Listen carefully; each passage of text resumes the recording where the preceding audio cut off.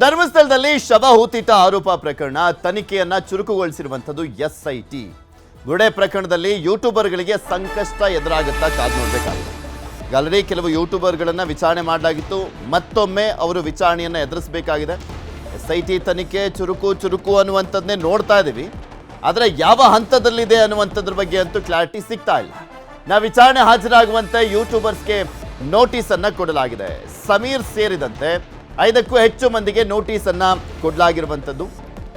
ಸಮೀರ್ ಸೇರಿದಂತೆ ಇನ್ನು 5ಕ್ಕೂ ಹೆಚ್ಚಿನ ಯೂಟ್ಯೂಬರ್ಸ್ಗಳಿಗೆ ನೋಟಿಸ್ ಅನ್ನ ಕೊಡಲಾಗಿದೆ.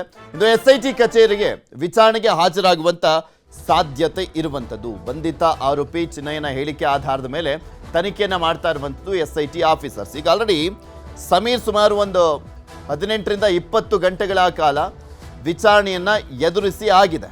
ಈಗ ಮತ್ತೊಮ್ಮೆ ನೋಟಿಸ್ ಯಾವ ಕಾರಣಕ್ಕೆ, ಯಾವ ಮಾಹಿತಿಯ ಆಧಾರದ ಮೇಲೆ ನೋಟಿಸ್ ಅನ್ನ ಕೊಟ್ಟು ವಿಚಾರಣೆಗೆ ಕೇಳಲಾಗ್ತಾ ಇದೆ ಅನ್ನುವಂಥದ್ದು ಕುತೂಹಲ. ಇಲ್ಲಿ ಬರೀ ನಾಟ್ ಓನ್ಲಿ ಸಮೀರ್, ಆತನ ಜೊತೆಗೆ ಇನ್ನೂ 5 ಯೂಟ್ಯೂಬರ್ಗಳಿಗೆ ನೋಟಿಸ್ ಅನ್ನ ಕೊಡಲಾಗಿದೆಯಂತೆ. ಧರ್ಮಸ್ಥಳ ಬುರುಡೆ ಪ್ರಕರಣದ ತನಿಖೆ ಚುರುಕುಗೊಂಡಿದೆ. ಎಸ್ಐಟಿ ವಿಚಾರಣೆಗೆ ಹಾಜರಾಗಿರುವಂಥದ್ದು ಜಯಂತ್ ಕುಟುಂಬ. ಜಯಂತ್ ಮಗ, ಮಗಳು ಹಾಗೂ ಪತ್ನಿಯನ್ನ ವಿಚಾರಣೆ ಮಾಡಲಾಗ್ತದೆ. ಎಸ್ಐಟಿ ವಿಚಾರಣೆಗೆ ಹಾಜರಾಗಿರುವಂಥದ್ದು ಜಯಂತ್ ಕುಟುಂಬ. ಈ ಸಂದರ್ಭದಲ್ಲಿ ಜಯಂತ್ ಮಗ, ಮಗಳು, ಅವರ ಪತ್ನಿ ವಿಚಾರಣೆಗೆ ಹಾಜರಾಗಿದ್ದಾರೆ.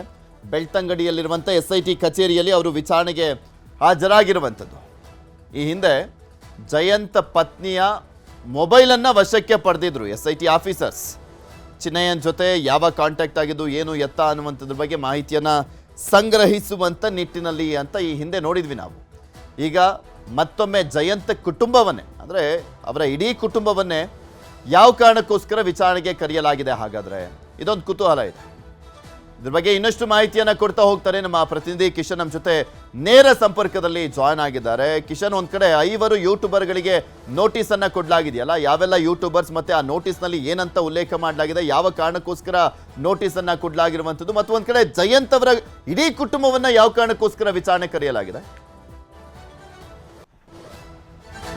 ಪೃಥ್ವಿ, ಬೆಳ್ತಂಗಡಿ ಕೋರ್ಟ್ನಲ್ಲಿ ಚಿನ್ನಯ್ಯ BNSS 183 ಹೇಳಿಕೆ ಕೊಟ್ಟ ಬಳಿಕವಾಗಿ ಇದು ಬಹಳ ರೋಮಾಂಚನಕಾರಿ ಘಟ್ಟ. ಯಾಕಂದ್ರೆ ಹಲವು ಆಯಾಮಗಳಲ್ಲಿ ಎಸ್ಐಟಿ ಈಗಾಗಲೇ ತನಿಖೆಯನ್ನ ಮಾಡಿದೆ, ಹಲವು ಮಂದಿಯನ್ನ ಹಲವು ಸುತ್ತುಗಳ ಕಾಲ ವಿಚಾರಣೆ ಮಾಡಿದೆ.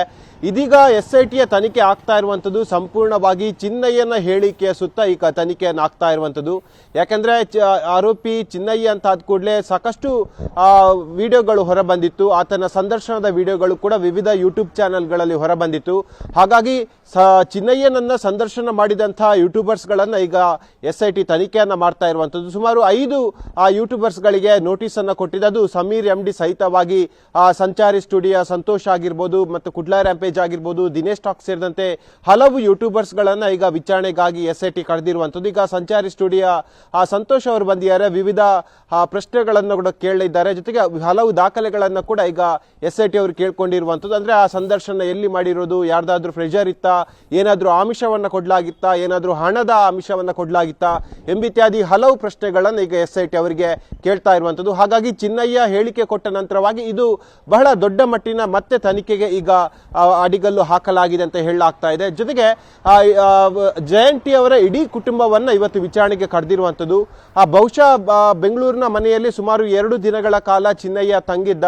ಹಾಗಾಗಿ ಇಡೀ ಕುಟುಂಬ ಚಿನ್ನಯ್ಯನ ಜೊತೆ ಒಂದು ರೀತಿಯಾಗಿ ಸಂಪರ್ಕದಲ್ಲಿತ್ತು. ಅಂದ್ರೆ 2 ದಿನ ಒಬ್ಬ ವ್ಯಕ್ತಿ ಇರ್ತಾನೆ ಅಂತ ಹೇಳಿದ್ರೆ ಹಲವು ವಿಚಾರಗಳನ್ನು ಅವರು ಮಾತಾಡಿಕೊಳ್ತಿರ್ತಾರೆ. ಹಾಗಾಗಿ ಜಯಂತ್ ಕುಟುಂಬ ಜೊತೆ ಚಿನ್ನಯ್ಯ ಏನೆಲ್ಲ ಮಾತಾಡಿದ್ದಾನೆ ಎಂಬ ವಿಚಾರ ಬಗ್ಗೆ ಕೇಳಿಕೊಳ್ಳೋಕೆ ಇವತ್ತು ಎಸ್ಐಟಿ ಅವರನ್ನ ಕರೆದಿರುವಂತದ್ದು. ಬೇರೆ ಯಾವುದೇ ವಿಚಾರಗಳು ಸದ್ಯಕ್ಕೆ ಕಂಡು ಬರ್ತಾ ಇಲ್ಲ. ಯಾಕಂದ್ರೆ ಜಯಂತಿ ಅವರ ಸುಮಾರು 8 ದಿನಗಳ ಕಾಲ ವಿಚಾರಣೆಯನ್ನ ಎಸ್ಐಟಿ ಮಾಡಿದೆ, ಮತ್ತು ಮನೆಯಲ್ಲೇ, ಬೆಂಗಳೂರಿನ ಮನೆಯಲ್ಲೇ ಅವರ ಪತ್ನಿಯ ವಿಚಾರಗಳನ್ನ ಕೂಡ ಎಸ್ಐಟಿ ಪಡ್ಕೊಂಡಿದೆ. ಹಾಗಾಗಿ ಆ ಚಿನ್ನಯ್ಯನ ಹೇಳಿಕೆ ಬಳಿಕ ಚಿನ್ನಯ್ಯ ಆ ಮನೆಯಲ್ಲಿ ಏನೆಲ್ಲ ಹೇಳಿಕೆ ಕೊಟ್ಟಿದ್ದಾನೆ ಎಂಬಿತ್ಯಾದಿ ಮಾಹಿತಿಗಳನ್ನು ಪಡ್ಕೊಳ್ಳೋಕೆ ಈಗ ಜಯಂತ್ ಕುಟುಂಬವನ್ನ ವಿಚಾರಣೆ ಮಾಡ್ತಾ ಇರುವಂತದ್ದು.